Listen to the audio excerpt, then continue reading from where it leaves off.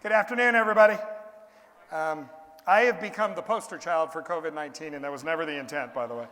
I'm going to go through this, and I think it's really important that when we have this discussion, it's not going to be all about COVID-19. There's a huge section about it that we'll cover, but there's a lot of other things that were already built into the economy, our industry, and hopefully to give you some perspective of where we were before the train went off the tracks over the last few weeks. You're going to hear me, and I say this often, I'm not media bashing. I'm trying to hold the media responsible for getting a message that is consistent and factual and not sensational. I've sometimes been accused that I'm bashing. I'm like, not bashing, it's trying to be real here. I think it's an important one to start, and I'll give you a great example. You probably have all seen a headline or read a headline today about the governor of Colorado just called for a state of emergency in Colorado. That does not mean there's an emergency. And that's what needs to be reported. You're hearing cities, you're hearing states, you're hearing many municipalities calling for a state of emergency. Everybody needs to understand that's about dollars. You heard about an $8.3 billion package that just passed Congress. Those funds are to help the states and the cities as they start to deploy resources. When you actually call for a state of emergency, you're able to move resources between state and local municipalities, and more importantly, you're able to get reimbursed. This is about dollars when it's all said and done. I said something earlier. I was speaking to a group of your hoteliers in this market just a few minutes ago, and I freaked everybody out because I was running a little bit late. But we were having a conversation about this topic. And one of the things I said, have you ever noticed if there's a hurricane coming to the East Coast, and they don't know quite where it's going to land, but you'll hear the state of Florida call for a state of emergency. The reason they've done that, it starts the clock, so that they can start to move resources if they need to, and they get reimbursed from the government. It is the same thing that just happened this afternoon. And that's an important message if you're a meeting professional to be able to explain to your stakeholders. A state of emergency does not mean there's an emergency. It means that the cities and the states are doing what they should be doing to be able to move resources should there be an emergency and should resources be actually deployed. That is what's happening, and I thought it was the appropriate place to start because that announcement came while I was talking to a group of GMs and directors across the street. So I realize that's important. These are messages that need to get out in the community. The one thing I'm asking of everybody is make sure you're here today, take pictures, post right now, and post to people all around you because people need to know that the meetings and events industry is not shut down. We're open for business. And that is something that is not being portrayed, but you have a responsibility in that. So take lots of pictures when you're all done here. Like I said, not everything's about the coronavirus, so we're going to start. And by the way, you did hear this is COVID-19. There are 12 different coronaviruses, by the way. This is just one strain of it. So the reason it is no longer the coronavirus, there is not a singular coronavirus. This is COVID-19. The 19 is when it started in December of 19. That's why it's named with the 19. But it now has a name. Try to refer to it as COVID-19. Do your part to help Corona beer as much as possible. So as much as we can get away from misunderstanding. And my biggest concern is that it's not a singular coronavirus. There are 12 different strands. It's just it's a coronavirus that actually has jumped from animal to human and now from human to human.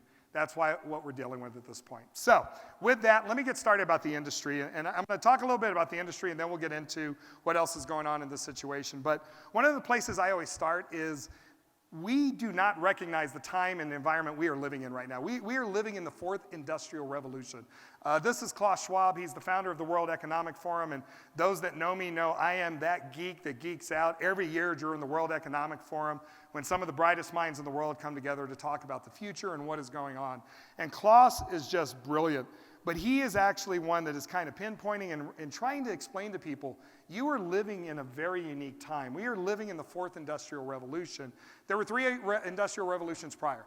Those revolutions were steam and water to create power, electricity, then we went to computers, and then we are now in an era of basically artificial intelligence, and you are in an era of machine talking to machine that's going to impact the human condition. That's the world we're living in. Realize how unique that is.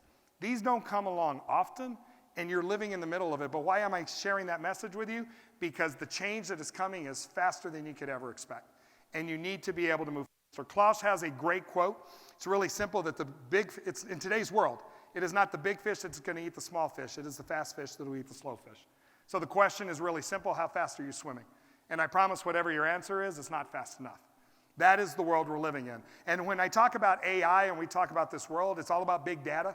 You work in companies, I promise, everybody is trying to figure out big data, how we utilize it. There's this great quote about big data. It's not mine, but it's one I always like to share. Big data is like high school sex. Everybody says they're doing it, nobody is, and if you're doing it, you're not doing it well. That is big data today.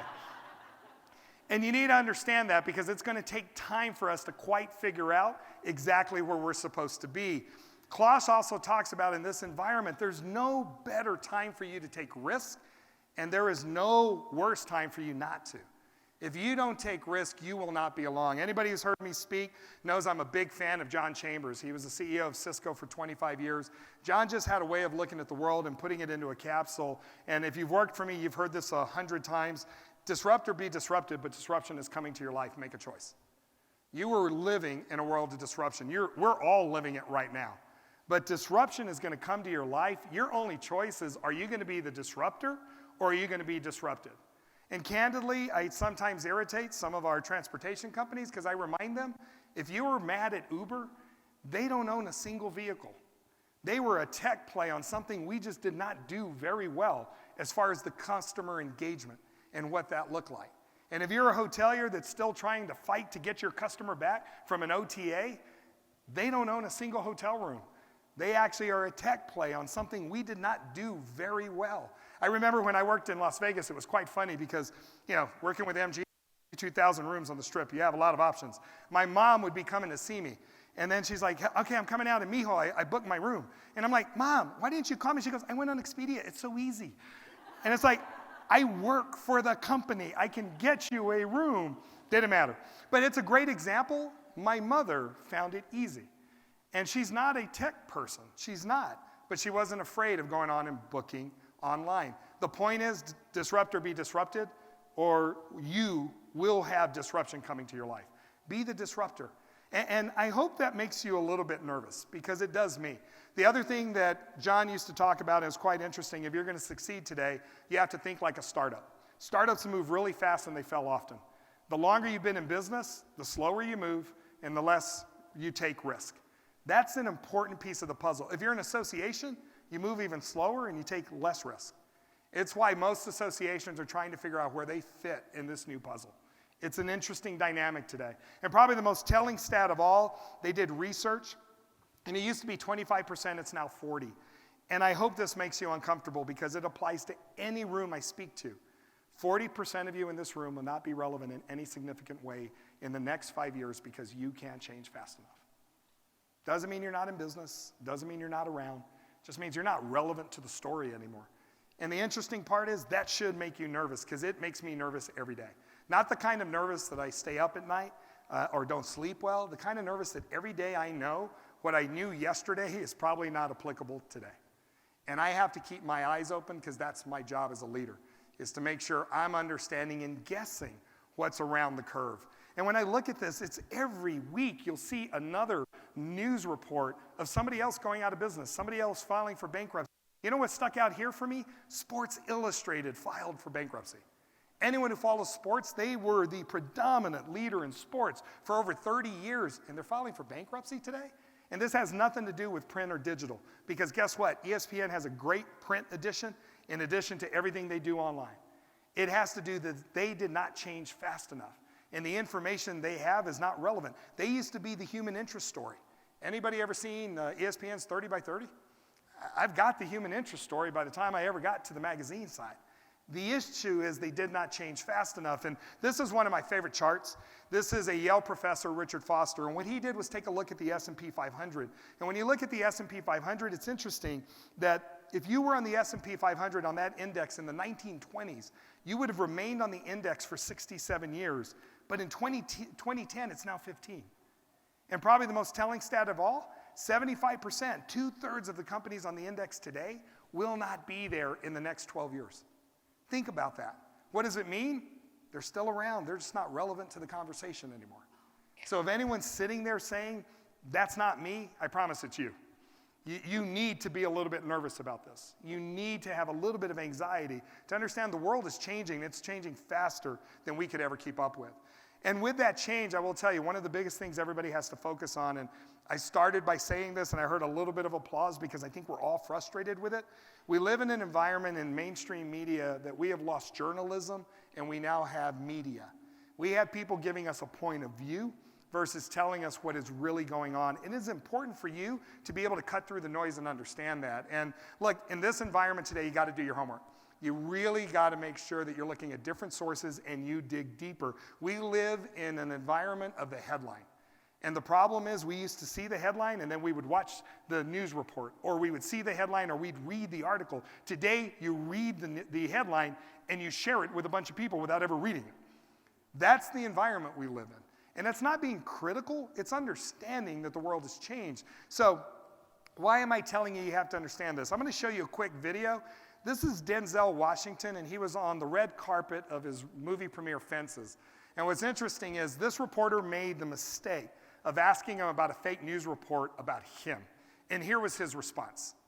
Of all fake news, and it affects If you don't read the newspaper, you're uninformed. If you do read it, you're misinformed. So what do you do? That's a great question. What is the long-term effect of too much information? One of the effects is the need to be first, not even to be true anymore. So what a responsibility you all have to tell the truth, not just to be first, but to tell the truth. We live in a society now where it's just first. Who cares? Get it out there. We don't care who it hurts. We don't care who we destroy. We don't care if it's true. Just say it, sell it.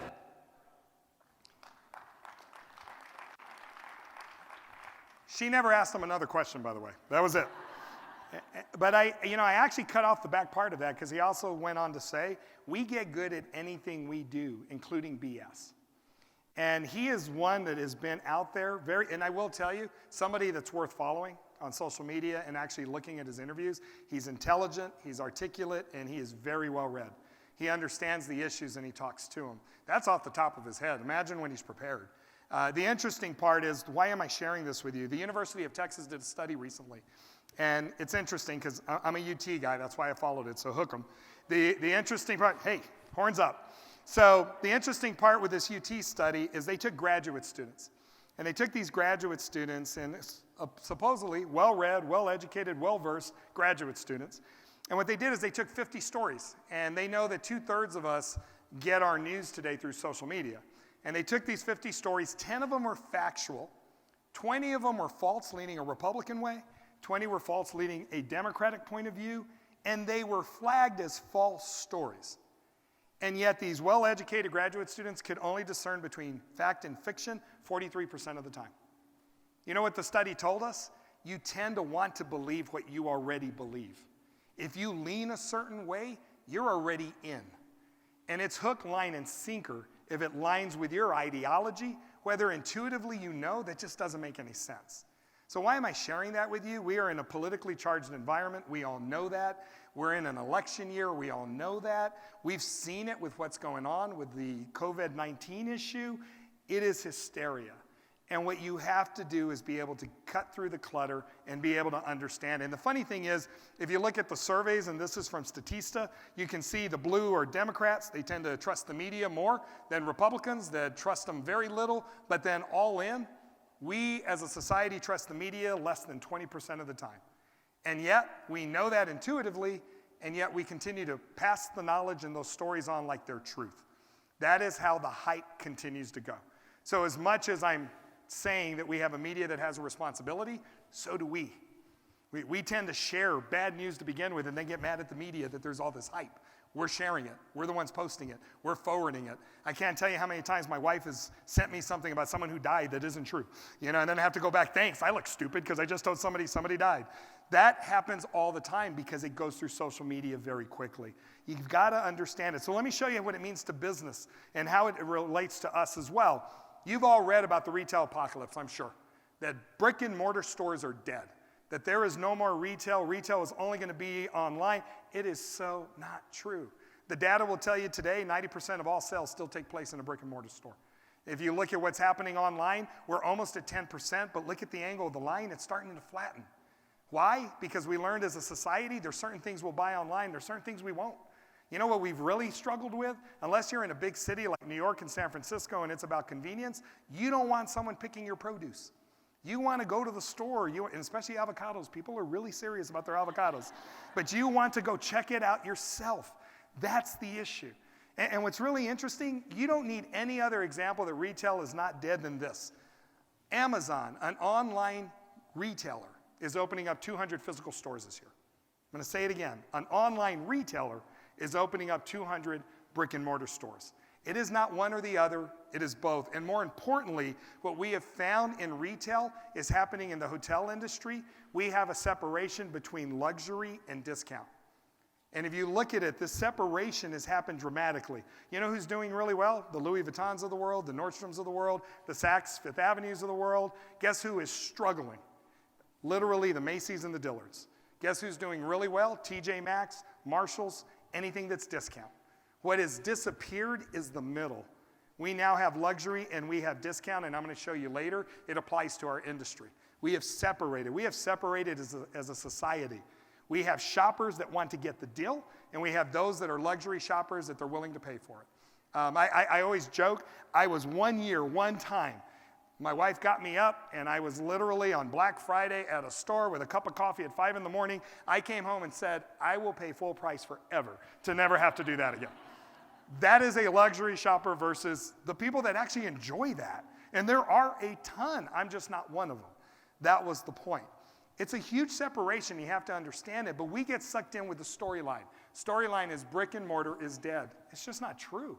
It is different. It's not dead. And we look at other things that are happening and how business models have to change. This is probably the most telling to me.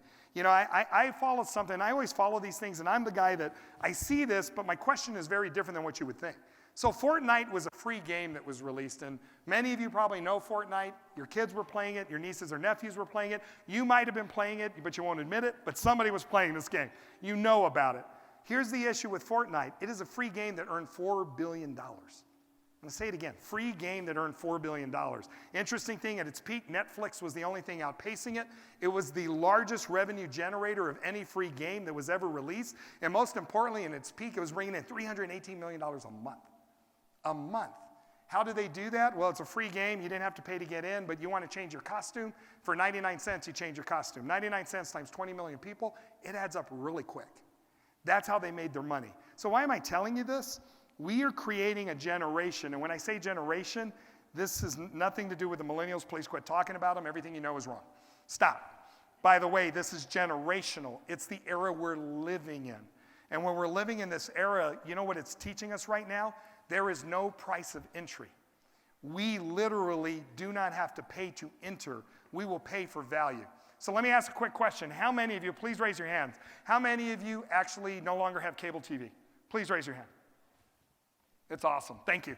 Had I asked that question 2-3 years ago, I promise it's only a quarter of those hands up. Why? You're no longer captured by the cable company. It's all about what value you place on the content. And that's different. We used to have no choice. I had to buy my cable package if I wanted to watch anything. Today you have choices, and cable TV is catching up with that. That's the issue. Why am I expressing this? We are creating a generation that you are going to pay for what you want. It's on-demand society. I can get what I want, where I want it, and how I want it. Don't tell me how I have to buy it. And that's a turn for us. And if you don't believe it's coming to our industry, I'm on the board of ASAE, and we have a project called XDP. It's the Experience Design Project. It is literally a laboratory for the meetings in human condition. And what's really interesting is this is an actual email that came to my email, and I know there's a lot of words. I didn't expect you to read it. Here's the point. 2 years ago, we went out to all the meeting planners, and we said, you get to come to XDP for free. At the end of it, we're going to send you a bill, and you're going to pay us what you think it's worth. No more reg fees. You're going to pay us what you think it's worth. You know what we found at the end of it? About a third of the group actually paid us more than what we would have asked. About a third of the group paid us the reg fee, and about a third paid us less. The economics at the end of it were almost identical, but guess where our satisfaction was? Through the roof. You don't need a survey anymore. You'll know if they liked it because that's what they're going to pay you for. Puts all the pressure on the meeting professional and on the content and what you're driving because it's all about value. I don't mean this as tomorrow, but realize it's coming. Reg fees, membership models of associations. If you are not rethinking that, you are not going to be relevant in 5 years. You've got to be looking at all of these models and saying, how do I need to change it up because the world is changing and it's changing faster than I can keep up. So let's talk about that change and what it means to the hotel world. And look, I had to break this up. I really had to. It's always about framing the argument. I broke this up into a couple sections. I'm going to start by telling you where the world was as far as the hospitality industry before the last 4 weeks. It's a good starting point. And then we're going to talk about what the last 4 weeks means and what we think it means moving forward. Is that fair? I didn't know how else to do this because it's not the train wreck everybody's making it out to be. There are some exceptions here and we need to talk through it. So first and foremost, literally through January, we had the longest expansion of RevPAR in our history in the United States. We had actually grown RevPAR 113 out of 117 months. The previous record was between 1990 and 2000, where we grew 111 out of 112. So we had broken the record. January, I can tell you, was a positive RevPAR month. February probably will be too. March and April, we'll see. I doubt it. We'll probably have some discussions, but we need to have a little bit of a deeper dive, which we'll do later in the presentation. The reason this is so important, this is a shift that has been dramatic and under the water that not a lot of people are talking about. This has all been transient-led, not group-led. The group has grown, but not grown tremendously. This has all been based on transient. What does that mean? That the health of hotels are more dependent on the transient business than it is on the group business today. We all need group business as a base. We needed to grow rate. For every meeting planner, you also know we need it when we need it. Not always when you want it, it's always when we need it. But it's not that it's not necessary, but understand the divide. And the divide has gotten bigger. We have a larger share of transient business to group business as an overall hotel industry than any time in history. Now, why does that matter? It's a real positive right now that if the group market slows down a little bit, that we're so dependent on transient, because transient should still pick up. And I'm going to talk about this more, but what most people are not quite getting, and we saw this after the SARS epidemic. After the SARS epidemic, we actually dropped international traffic to the United States by 6%, but we grew demand by 4%. Demand actually grew in the US, even though we lost an international audience. Why was that? Because you weren't traveling internationally. You were nervous about going overseas, so you decided to stay home. 85% of all the traffic in the United States is still domestic travel. It's you traveling. It's you on your summer vacations. And I promise you, a good thing about the timing right now, people were getting through spring break, they haven't made summer plans yet. And they're going to sit back and make summer plans, and let's see if I'm going to Italy right now. Probably not, because you just don't know what it's going to look like. And you can't afford to get there to say there's another outbreak and it gets shut down and I get stuck there. Those things are going to go through everyone's head. I am not saying you shouldn't. My point is, I know people are going to think through this and say, I think I'm going to stay home this year. I think I'm going to do something different. And think about anybody who's freaking out about an airplane. I can get in a car and drive somewhere and still have that kind of impact. We should see some type of lift. I'm not saying we will, but we should. And history tells us that we're going to stay at home. And by the way, we were one of the largest products of international travel last year because Europe had been on sale. The world had been on sale, so we'd been taking it abroad.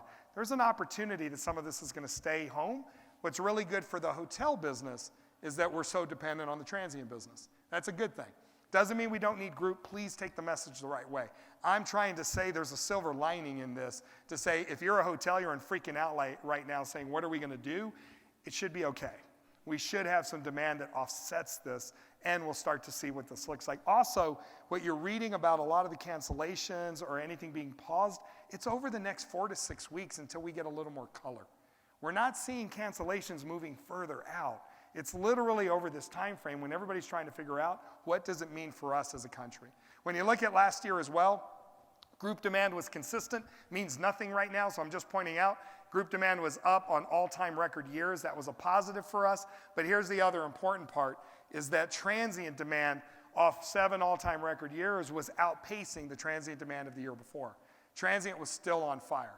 And again, I just showed you how reliant we are on transient business. This is good for us as an industry. Remember that separation I told you about? Here it is. There's your separation between upscale and luxury and everything else.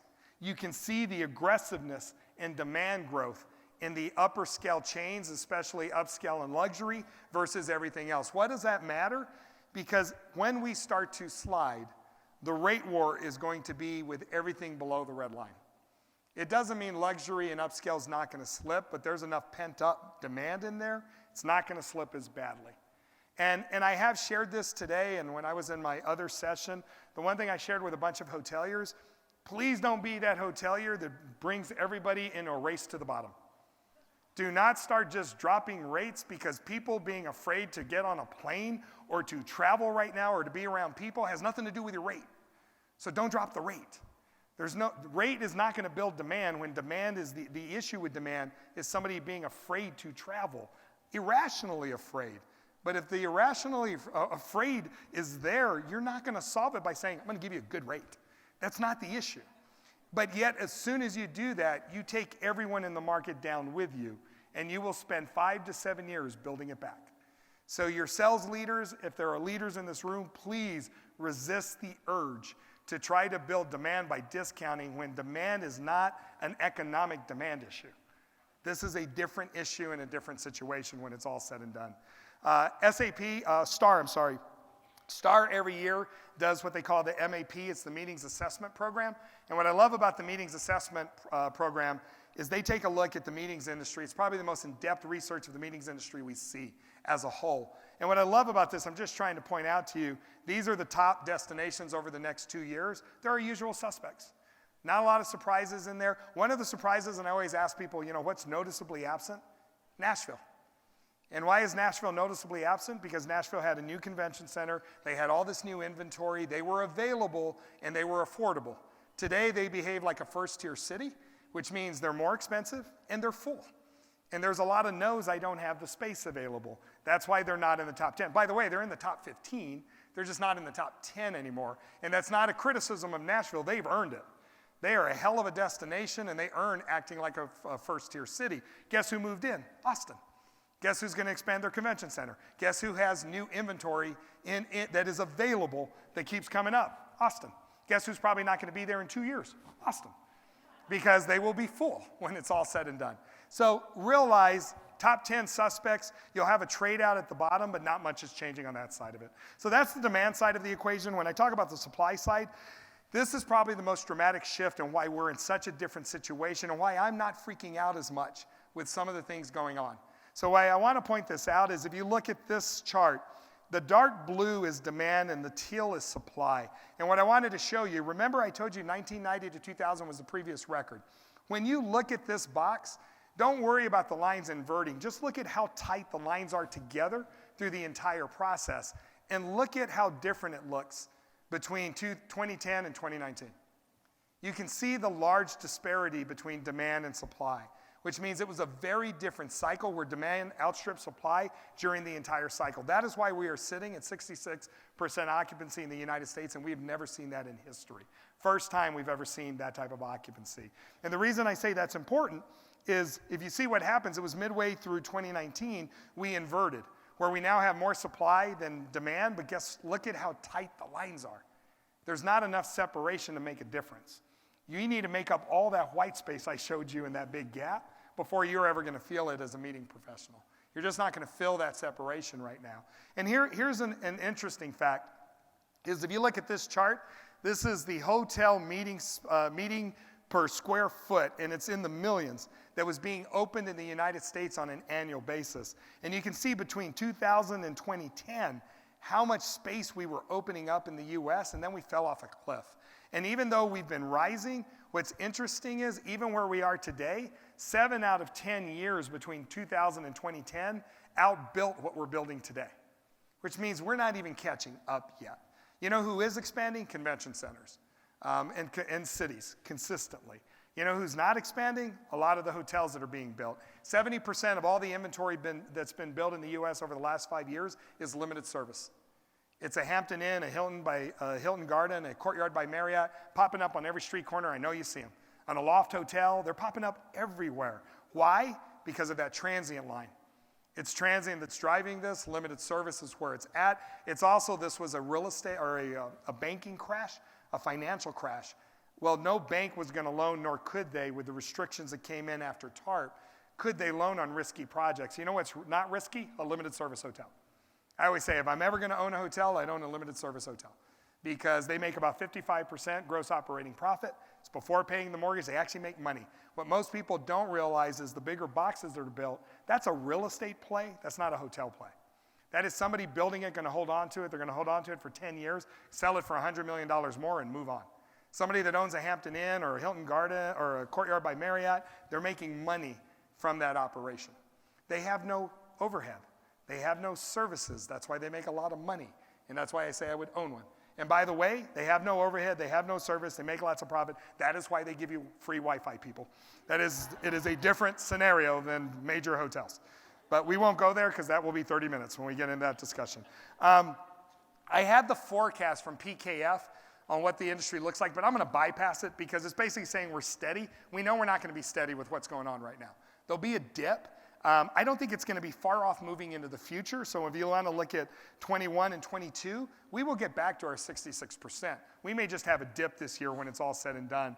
I also had the current travel index from the U.S. Travel Association. This again was leading into January, and as you can see, everything looked good. The only place we had any type of hiccup was internationally. We were already flat to down internationally when we looked at it before any of this started. So again, everything else was good. Domestic, business, leisure, all doing really well. Domestic will still do well. Leisure will still do well. We know business is taking a hit right now. And that is something that we'll continue to talk about when we get to the coronavirus piece of it. And then we look at December travel trends. As you can see, everything was consistent. 51 to 51, 50 to 50, 50 to 50. It's just showing you everything was spot on, and then the train hit. So we'll talk about the train hit in just a minute, and that is COVID-19. So let's talk about what that means as we roll into the economy and what this is going to mean overall. So the economy, again, I'm going to start with where we were before this issue.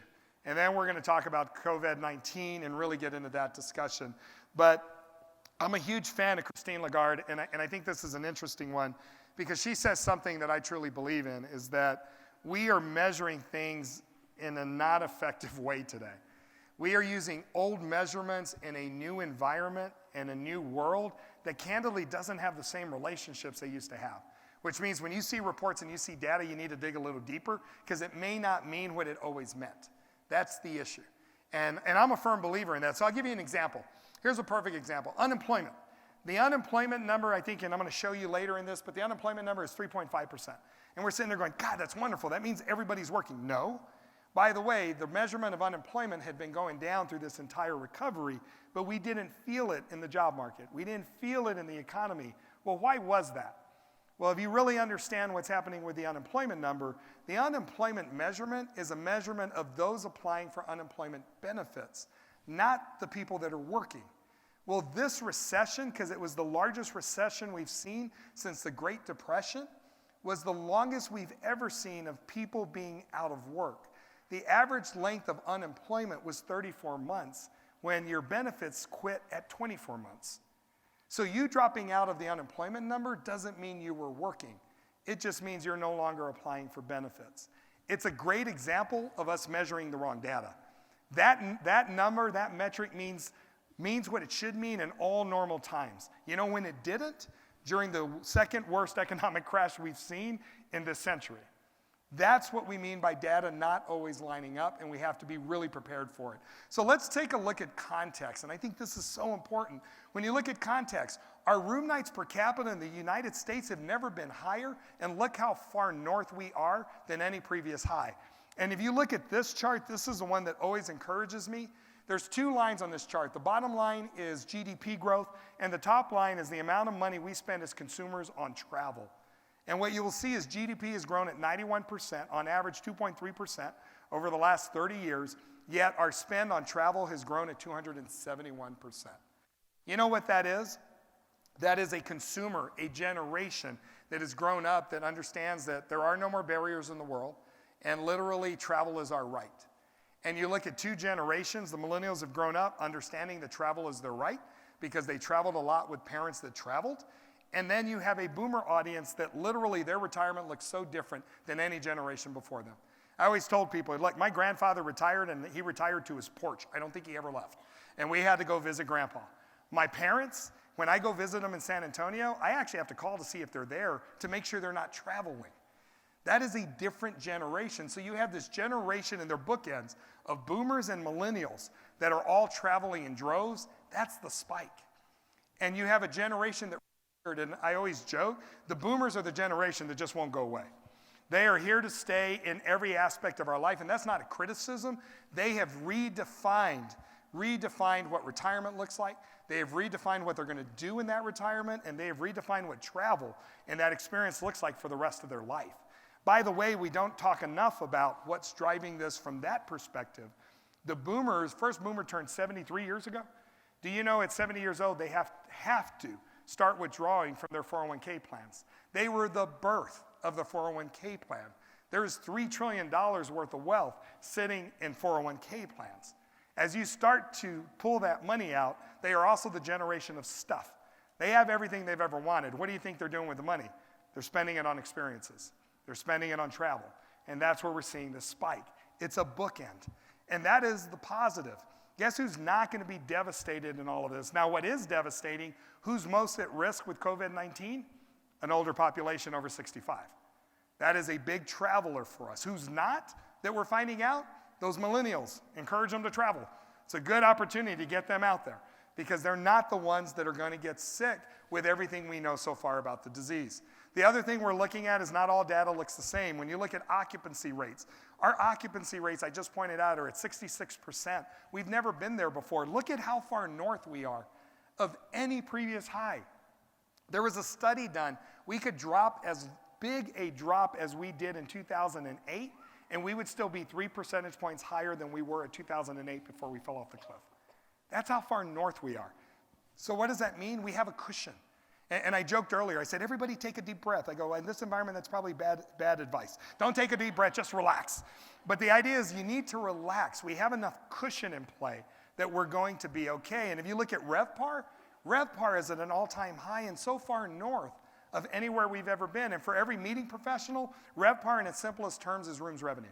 That's all you have to remember. Rooms revenue is at the highest place we've ever been. For every hotelier, yes, you're going to get beat up on your year-over-year growth, and you're going to get beat up because you're not bringing it in. My whole point is your hotel's not going to shut down. We got enough cushion in there that at the end of this, we're going to be okay.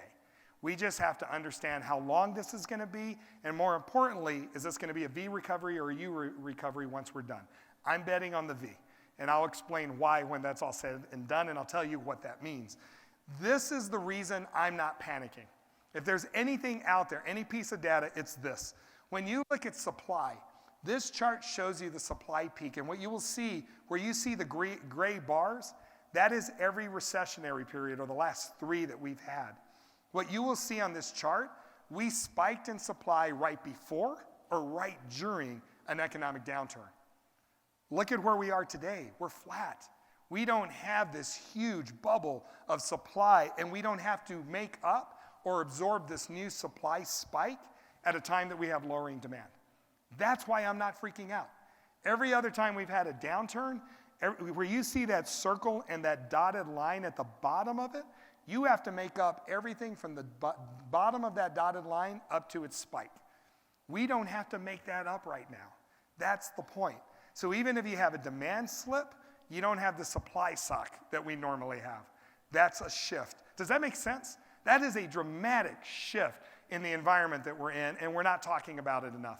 The other thing that gives me some confidence in what we're doing with the consumer right now, this chart will show you, when you're looking at it, I gotta look at it. When you're looking at it, on the left-hand side is household obligations. So this is literally the amount of debt you have as a percentage of your discretionary income. What does this tell you? We're at an all-time low. Look at where we were in 2008. We were at an all-time high. That's the issue. As a consumer, we were overextended and we had too much debt. What's the other chart tell you? We have a savings rate that is as high as 2,000, which means as a consumer, we're saving more than we have in 2 decades and we have less debt. So even if the economy slips a little bit, we're okay. We're in a different environment than we were in 2008. This is not the same period. So I always say context matters. You need to put everything into context and perspective because it matters as far as where we are. This was our January report. It's an update we get from our U.S. Travel Association.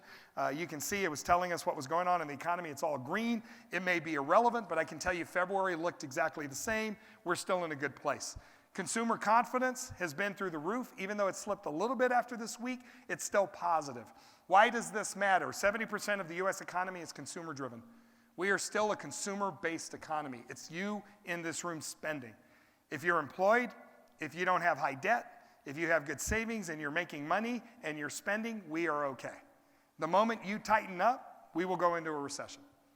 It's all based on you and the consumer. No pressure. It's all on you. As long as you keep spending and your friends keep spending, we're in good shape. But understand that's what's so different about us and our economy than other economies. We are still a consumer-driven economy, and we will be for a long period of time. We know the markets, literally, we are still technically in the longest bull market we have ever seen. We have not gone into a bear market yet as far as the stock market, even though you've seen the large drops that we've seen over the last couple of days. To get into a bear market, by the way, we have to drop 20% from the previous high. We have not dropped that close. We're getting close, but we're not quite there yet. And everybody is waiting for the bottom because we do believe it'll come roaring back when we believe the bottom is there. Because you're going to have a lot of people buy because there's a lot of opportunity. The other part you're looking at is GDP was doing really well in the United States. We've been really steady since 2015. You can see we don't have these large declines or these ups and downs. It's been pretty constant across the board. We always say steady as she goes. That's literally what GDP has looked like. And GDP moving forward was showing a slight decline, had a lot to do with the tariff war, that had a lot to do with global growth and our concern about global growth. We're still concerned about global growth. I'm going to show you in a minute what the estimations are on GDP with COVID-19 and what that impact is. It should give you a little bit of a breather because when you look at it, yeah, it's going to take us down, but it's not as bad as it could be. And I'll show you what that looks like in just a second. We all know the markets were on fire. The markets were doing well all the way through early this year. We had set an all-time record of getting to 29,000 in the Dow. And all I wanted to point out is all industries came along for the ride. Everybody had come along for the rides, which were good. This is what it looked like getting into the end of the year. We were spiking. We continued that spike into January. And then we get into what happened yesterday. By the way, yesterday has nothing to do with COVID-19. When you saw what happened to the markets and they took the biggest dump we have seen literally since the financial crisis, it all had to do with oil and it all had to do with a really bad game of chicken between the Saudis and Russia. And what you don't, bless you. You're going to make everybody scatter, by the way. They just ran. Look at that. Cleared out that whole section. One of the things I would point out on the oil piece of this is most people hadn't paid attention, and those that saw me present a few years ago, 2 years ago I mentioned that the Russians were trying to put the U.S. frackers out of business. And the reason the price of oil, if you remember I always said oil is like Goldilocks and the Three Bears, can't be too high, can't be too low, needs to be just right. And what most people don't understand that the U.S. is the second largest contributor of oil to the world supply behind OPEC. That's because of fracking. 1.5 million jobs in the United States are actually geared towards the oil industry. This is important to us. You know what we need to make money? Gas or the price of oil being at $55 a barrel. When we're sitting in the 30s, that is going to cripple us as an oil industry. Russia has been trying to do that for a couple of years. What happened yesterday was literally the Saudis and Russia sitting at the table. Saudis literally want to control supply. We have too much supply out there, especially with world demand, and they want to get the price up. Russia would not agree, so the Saudis literally tanked the price on purpose because it will kill Russia more than it will kill Saudi Arabia. It is a game of chicken because they think they can outlast it longer than the Russians. Russia depends on oil as their number one economic driver. This will crush the country. But at the same time, Saudis are crushing us because our economy is driven highly on the oil industry. That's why the market's tanked. It was gas and oil yesterday, and if you look, the financials started to tank. You know why? There's a lot of debt from the oil industry that is coming due with the banks. Guess who's going to take the hit? The banks. That's the issue. That's what happened yesterday. And you'll see what Saudis did is they literally dropped the price of oil from 65 it got into the 30s, by the way. It went further. So they dropped from 65 to 30 overnight. That is what rocked the markets. And then you saw it come back. We opened up Dow futures today, much higher, up 1,000 points, and then it was going back and forth. We lost most of it, but it's still people trying to figure all this out. Realize, if you're not paying attention, you think this has something to do with the virus. It doesn't. This has everything to do with oil and a game of chicken that's taking place. When this gets resolved, the market will come back, literally roaring back for this part of it, a couple of thousand points. Then we have to factor in what's going on with COVID-19. It's really complex right now. The employment market, I kind of told you, 3.5% on the unemployment. Jobs, this was jobs payroll, our new jobs that were being created up and through January. And you can see in February, we had a rockin' jobs report. So except for this little thing of a virus, the economy's doing really well. But this isn't that little a thing, and that's the issue. But the economy was doing really well, and the point I think that needs to be framed, we were in a really good place before this hit. So we can again relax just a bit because we're not starting from the bottom. We're in a really good place as this starts to impact us. The other thing we know with jobs that's really important is we are at an all-time high quit rate. People quit their jobs when the environments are good. This is telling us the environment is really good and people are quitting their job at a higher rate than any time in history. Look at the low point. It was 2009. Nobody quit their job in 2009. Everybody was hanging on for dear life. You were not going to get out of your job at that time. Here's the other point. Our wages are growing. Again, our media does not do a really good job of telling you what this environment is. Wages are growing. They've been consistently growing over the last 2 years. And by the way, Wall Street Journal put out a report in January that tells you the wages that are growing fastest are non-supervisory roles, line employees. So when you keep hearing that this is all supervisory managers, the data says differently. That is not accurate. Well, this is also something that's interesting, is that when you look at jobs, the service industry has been struggling to fill the roles that are open. We have 800,000 jobs, and this number has floated between 1 million to 800,000 over the last 18 months. It has been complicated with an H-2B visa process that literally has put caps on the seasonal resort workers we used to bring in. It's been challenging. By the way, the administration just announced that they're going to put 40,000 new H-2B visas in to help the service industry. They actually gave 120,000 last year. So there is a recognition that these are needed. Here's the silver lining in all this. If you have 800,000 jobs open that you cannot fill, you're running a lot of overtime in hotels to get the work done. If we slow down just a little bit for 2 months, we're okay. Doesn't mean you're going to have a lot of layoffs. It just means you won't have the overtime. And by the way, those jobs you've been looking for, you may not need in the short period. So this is actually a piece of good news. A month ago it was a piece of bad news. But right now it's actually some good news to say you may not have layoffs in the hotels or dramatically reduced hours because we were already shorthanded as far as the hotel industry. But here's probably the biggest challenge facing the hotel industries today. Because we don't have enough talent, wages are growing. Our wages in the hotel industry are growing at 4.7%. Number one cost to every hotel is labor, period. Labor is our number one expense, and it grew at 4.7%. That's a challenge when you look at an environment, and on this chart, the blue bars tell you the cost of labor increase year over year. The green line shows you the increase in RevPAR. You know where hotels make all of their profit? RevPAR. We make our money in rooms revenue and rate. We don't make money everywhere else. So when you're looking at the profit line, our profit in RevPAR is now behind, and our ability to grow profit is now behind the expenses that are growing just with labor. That's why margins are tight, and that is not saying poor hotels. I'm letting you know the environment. This is why you're having some tough discussions with hotels when they talk about concessions, because every piece of that concession matters today when the margins are this tight. A lot of it has to do with labor, though. Labor is the bigger driver. This will show you from STAR that only 9 of the top 25 markets saw enough revenue growth to actually outpace labor costs. So this is literally something that is growing across the United States. It's a challenge for hotels to operate. You've probably seen it recently. The Grand Hyatt in New York is going into a mixed use. They're going to shut down as a hotel. They announced that over a year ago. There's a plan to do that. Why? Because they can't keep up with the cost. Can't keep up with the cost. You'll actually make more money turning that into condos and doing some other things. So in an area that doesn't have enough meeting space, they're going to lose meeting space. You know, that's going to continue to be problematic. because this is just the environment we're living in. Here's an interesting thing. Through 2019, when you look at GDP, GDP growth was pretty flat around the world. Japan was already suffering.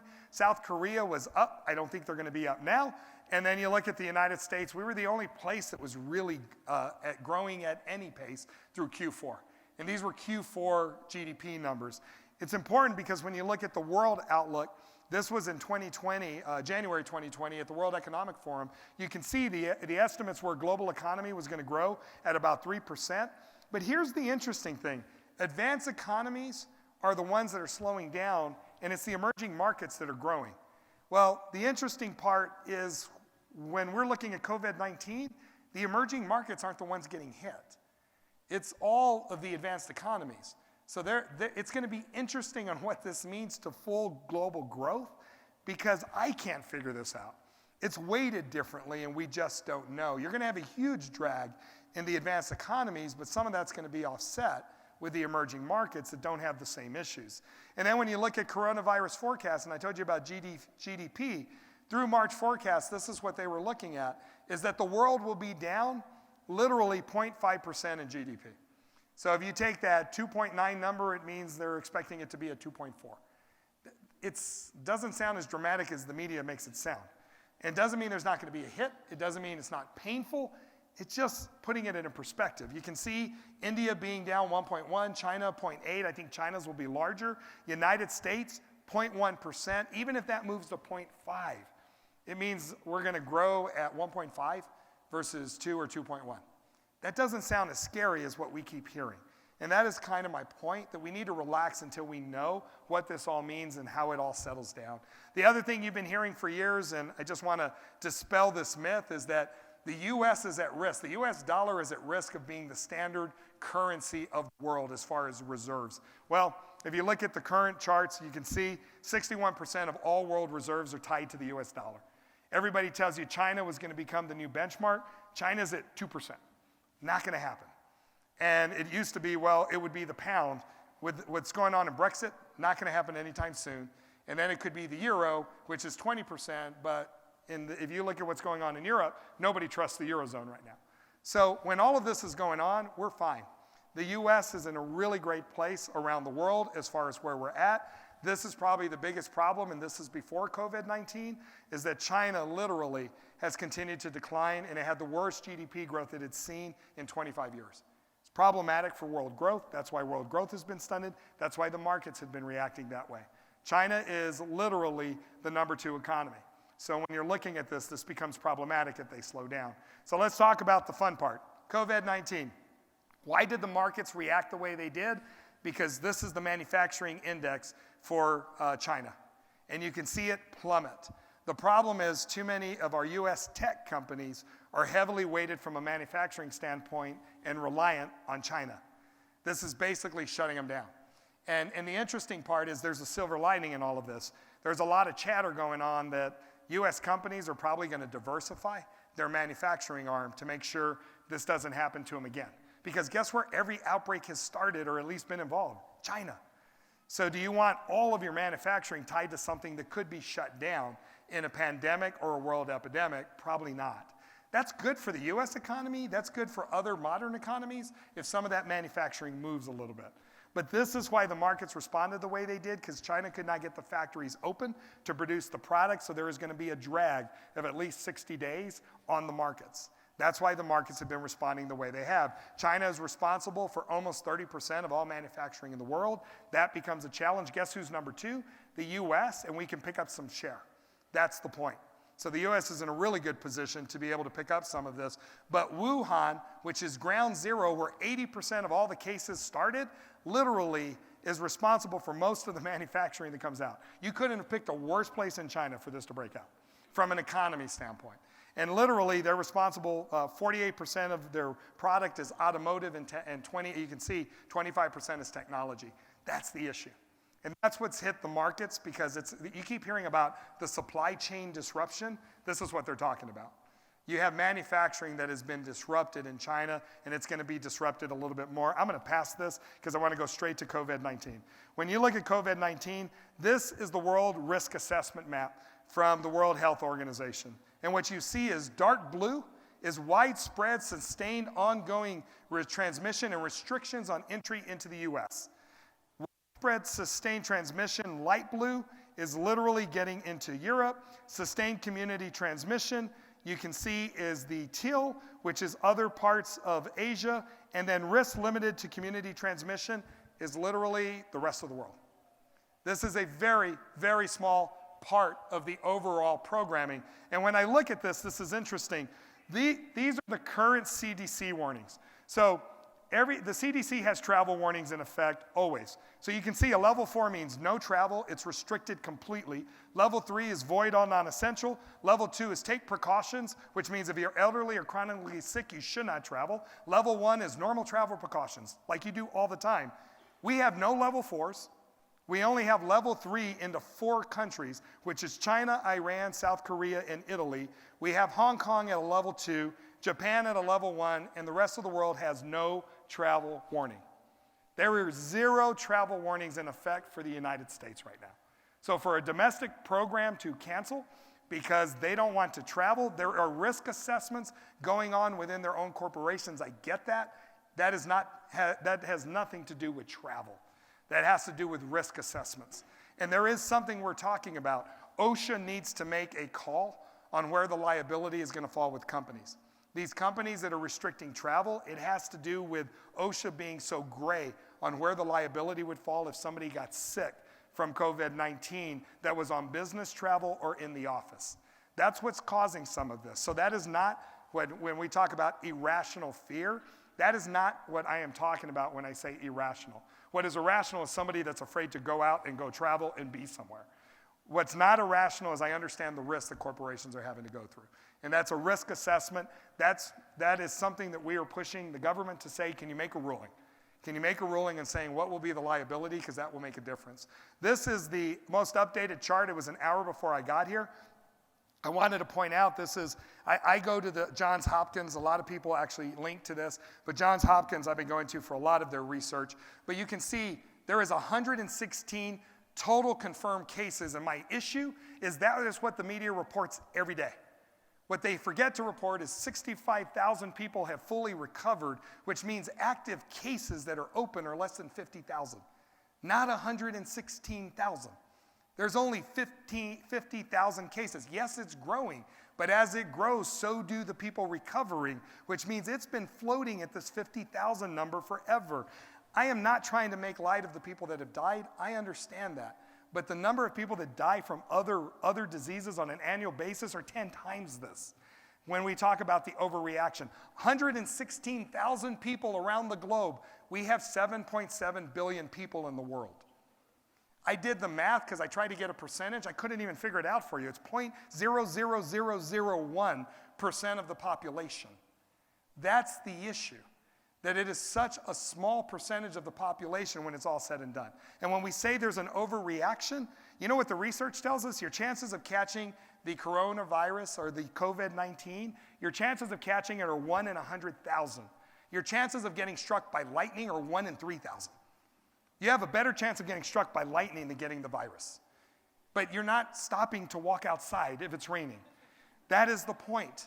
There are 90 automobile deaths every day in the United States. That doesn't stop you from driving. That's what we're talking about, the irrational fear. Let me put a caveat out there. If you are 65 and over, if you have chronic illnesses, if you have a compromised immune system, you need to be careful and you probably shouldn't be traveling. If you are not that, you don't have a risk. That's the issue.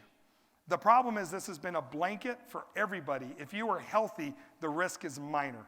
If you are not healthy and you have those issues, your risk is greater. Why? Because this is a pneumonia-driven disease. What does that mean? Pneumonia is critical. You have parents, if they get pneumonia, you freak out. Because you know pneumonia is critical for older people. You know pneumonia is critical for anyone that has a respiratory disease or that has a compromised immune system. That's what this is. And when I look at the data again, when you look at this chart, mainland China is the yellow line here, but look at the angle of green. Those are recoveries on a daily basis.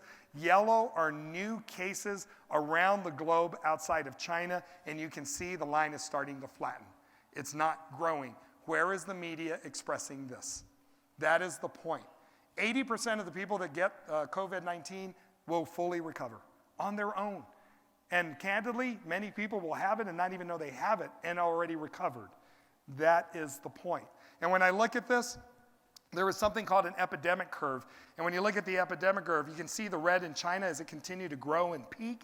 And then the greens are the recoveries. And you can see that as China peaked, the recovery started to outpace the actual red. The green started to outpace the red. Now you've got the red outpacing the green slightly because we're in the middle of the epidemic curve outside of China. This has been a 60-day window as far as an epidemic curve. It looks like a bell curve. We basically are going to peak and then we're going to come down the other side. And the interesting part is Europe is the main problem, as you can see. A lot of cases in Italy. That is a major challenge when you look at new cases. But these are the cases in the US. And I know as of this afternoon, it's already up to 700. We have 377 million people in the United States. You're talking 700 cases. And yes, we've had 22 deaths. 19 of them are in Seattle, where we have a major issue in a nursing home. Again, an elderly population with a nursing home that didn't know how to control it. That's the issue. These are pockets across the board. They're not universal. And when you see this is again new cases, and this is just showing you the curve again. The blue was showing you what happened with China. We peaked, started to come down. The orange is outside of China. It's starting to grow because we're probably right about halfway through the blue right now. We've got a couple of weeks before you'll see it come to the other side. I'm telling you this to expect it in the news. You're going to have new cases until we get to that other piece. But when you look at cases outside of China, look at where they are. The peach that I just pointed out, that's Europe.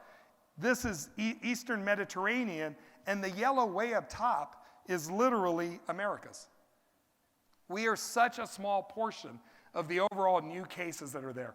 Internationally, there are issues. Internationally traveling, there are things you have to understand and know. In the US, I cannot stress enough, there were 0 travel alerts in the United States currently. So anyone who tells me that it's risky to travel, the CDC is telling you it's not. And by the way, we had an expert from the CDC, as a deputy director of infectious diseases, that was on a call with us for the Meetings Means Business Coalition. And you know what he said when the question was asked? Like, what's the riskiest way to get this? At home. In close community with people you know. And where are all the companies sending their people? Home. And that's where it's riskiest, candidly, of catching the disease. When they talk about Westchester, that is actually one person infected his whole family and his neighbor. Close contact with people you know. The disease is transmitted by droplets. It is not airborne. You have to be in 6 feet of somebody that actually would be having a droplet hit you. And by the way, droplets go on surfaces, so yes, you can touch it. That doesn't mean you're getting sick. It means wash your hands, and it means don't touch your face, don't touch your eyes, don't touch your nose, don't let it in your body. It's not going to come through your hands. That's the point. This is the overreaction because it sounds very much like the flu. But again, you have to come in contact with it. Here are the things when you look at the numbers, COVID-19 versus the flu. We've all heard this. 109,000 approximate cases worldwide. We know that's at 116. Billion cases of the flu every year. 650,000 people die of the flu on an annual basis. That is the challenge that we have across the board. I did this over the weekend because I had nothing better to do, and I started thinking, and it really started to perplex me. The largest outbreak we had, and we keep talking about SARS, it wasn't SARS, it was the swine flu in 2009. It was H1N1. How many of you remember the swine flu? But were we canceling meetings? Were we stopping everything? Did the world come to a halt? And look at the impact. Go to the US. 60 million people infected in the United States, 12,000 people died from it. And we did not have the reaction we're having today. So then I said, why? Why has the media changed that dramatically? This is it. 2/3 of everybody gets their news from the media. Back in 2009, or from social media. Back in 2009, Facebook only had 305 million active users. Today, 2.5 billion. Twitter only had 30 million active users. Today, 30 million. That's the shift. The media is out of control because, and I didn't blame the media. When I wrote this up, you know what I said? They're writing headlines like it's a traditional media environment. Their headline is what gets carried through social media. It's what you read, and that's when we freak out. Instead of understanding, the governor of Colorado called for a state of emergency. That's what's going to go through social media. Not that the governor of Colorado called for a state of emergency so that they can get reimbursed and move resources. That's the difference so quickly in how we are reporting things in the news. So when we say the media is out of hand, the media is out of hand. But you have a responsibility to tell people and correct them and say, stop it, you're being ridiculous, and this is getting out of hand. Because, I mean, Governor Cuomo, I posted it on social media, he's doing a masterful job of explaining this and telling everybody, please calm down. Because he will go through in detail to tell you where the risk is. If you haven't seen it, go see it. I posted it. I cut it down to 3 minutes. You want to watch his whole full 30 minutes, feel free. He talks a lot. But if you want to see the 3 minutes, it's really good. And he's doing it every day. Every day he's having a press conference. And every day, and you know what he does say? I've told my 65-year-old mother, stay at home. Everybody else, I'm saying, you're okay. It's okay to travel. These are the things you should be doing, and we're in an environment like this, reminding everybody, wash your hands. And it's for 20 seconds. All of us have been washing our hands wrong. What's been great, my daughter works in a hospital. It's the trick, if you haven't heard, sing happy birthday yourself twice. So I sound like the idiot in the bathroom because I'm always singing happy birthday now. But you should do it because it works. Avoid contact with infected people. Don't touch your eyes, nose, or mouth. And then, again, the rest comes down to food and making sure you cook. And here is the biggest thing. Should I cancel my trip? The World Health Organization has said there shouldn't be any travel or trade restrictions due to the coronavirus. That is the World Health Organization telling you it is okay to travel. And that is the one thing that we will continue to hear. I am going to leave it there. There is a lot going on. I hope this is somewhat helpful to kind of get you and guide you through it. I am consistently every day giving a situational report on LinkedIn. If you'll follow me there, it occurred to me to put it into a document so you can just share. So feel free to follow me, take it, and go. And the idea is to share it. I've had people ask, can I share? That's the idea. Take it and share it with as many people as you know. Over the next day and a half, take pictures, post, show people that are here so that everybody understands that the world is open for business. We did not shut down. Thanks for having me, and I'll see you tomorrow.